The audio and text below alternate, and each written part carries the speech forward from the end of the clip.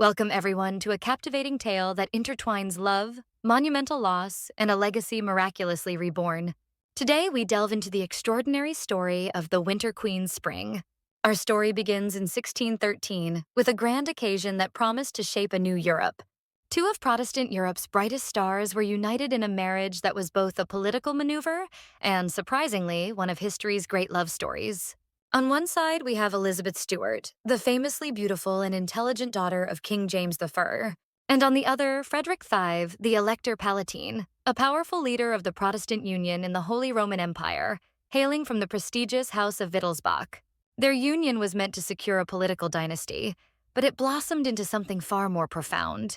From the very moment Frederick arrived in London in October 1612, it was clear he only had eyes for her.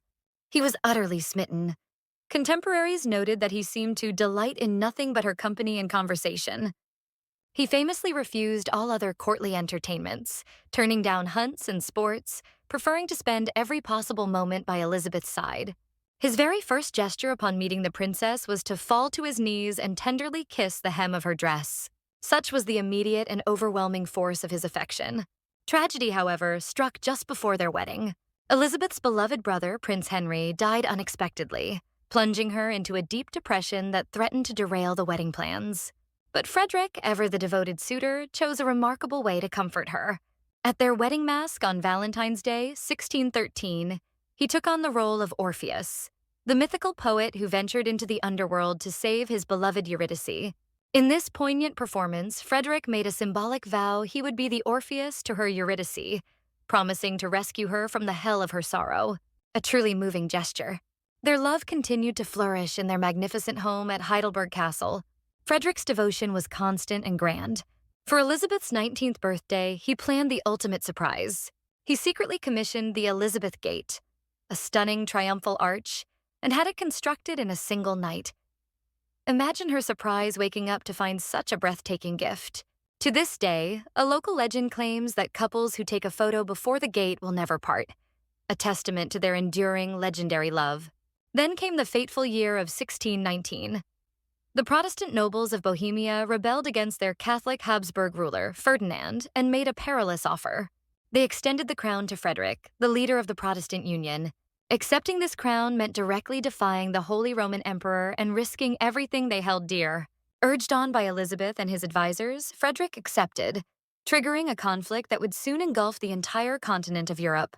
This decision quickly led them to become known as the Winter King and Queen.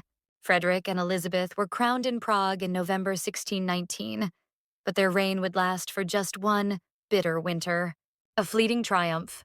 In November 1620, at the Battle of White Mountain, the Habsburg Emperor's forces crushed the Bohemian army. This devastating defeat forced them to flee, losing not only Bohemia but also their ancestral home, the Palatinate. This was one of the opening acts of the horrific 30 Years' War, a period of immense hardship. For the next 30 years, the family endured a long and arduous winter in exile, finding refuge in The Hague. During this time, they had a total of 13 children. Elizabeth, far from being defeated, transformed into a formidable political partner, working tirelessly alongside Frederick to reclaim their lost lands and titles. However, their struggle was also marked by immense personal tragedies. In 1629, their eldest son and heir, Henry Frederick, tragically drowned, adding profound sorrow to their already difficult lives. Then, in 1632, the ultimate heartbreak occurred. While campaigning to regain his lands, Frederick, at just 36 years old, succumbed to an infection. Our Orpheus had fallen. Upon hearing the devastating news, Elizabeth was described as senseless with grief. And for 3 days, she did not eat, drink, or sleep. Alone, widowed, exiled, and with all her lands lost, Elizabeth's dream had turned into a nightmare. Her role now irrevocably shifted from a queen to the steadfast matriarch of a dispossessed dynasty. Despite her profound losses, Elizabeth, the Queen of Hearts, fought on with incredible resolve. She steadfastly refused to return to England, dedicating the next 30 years of her life to a single, unwavering cause restoring her family's inheritance.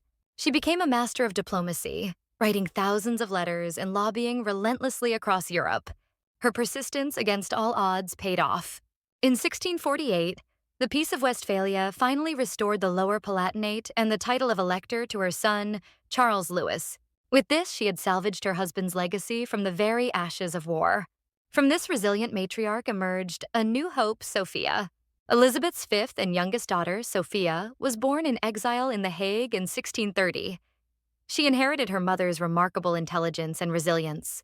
Growing up in the intellectually free Netherlands, she became a highly educated and sharp-witted woman, even becoming a close friend and correspondent of the renowned philosopher Leibniz. Yet her situation presented a dilemma. She was the granddaughter of an English king, but the daughter of a landless elector with no dowry and dim marriage prospects. Little did anyone know her destiny was far grander than anyone could imagine. Fast forward to 1700, and the British crown faced a severe dynasty in crisis. The last Stuart monarch, Queen Anne, was aging and would leave no heir. The English Parliament was absolutely determined to prevent a Catholic from taking the throne. Charles II, James II, Queen Anne, a lineage beset with problems. James II was excluded for being Catholic, and Queen Anne's many children had all tragically died. To prevent Catholic succession, Parliament passed the Act of Settlement in 1701. This new law barred all Catholics from the line of succession, disqualifying over 50 living relatives who, by birthright, had stronger claims. With all Catholic lines decisively excluded, the crown had to pass to the closest Protestant descendant of King James III. And who was that unexpected heir? None other than Sophia, Electress of Hanover, the youngest daughter of our very own Winter Queen, Elizabeth Stuart.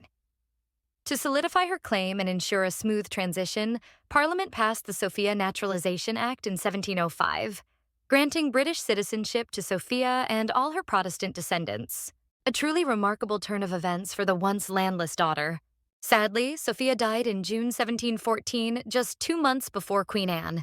She came tantalizingly close to inheriting a throne she had never expected, but her legacy was secure. On August 1st, 1714, her son, George Louis of Hanover, ascended the throne as King George I of Great Britain, ushering in the Hanoverian dawn.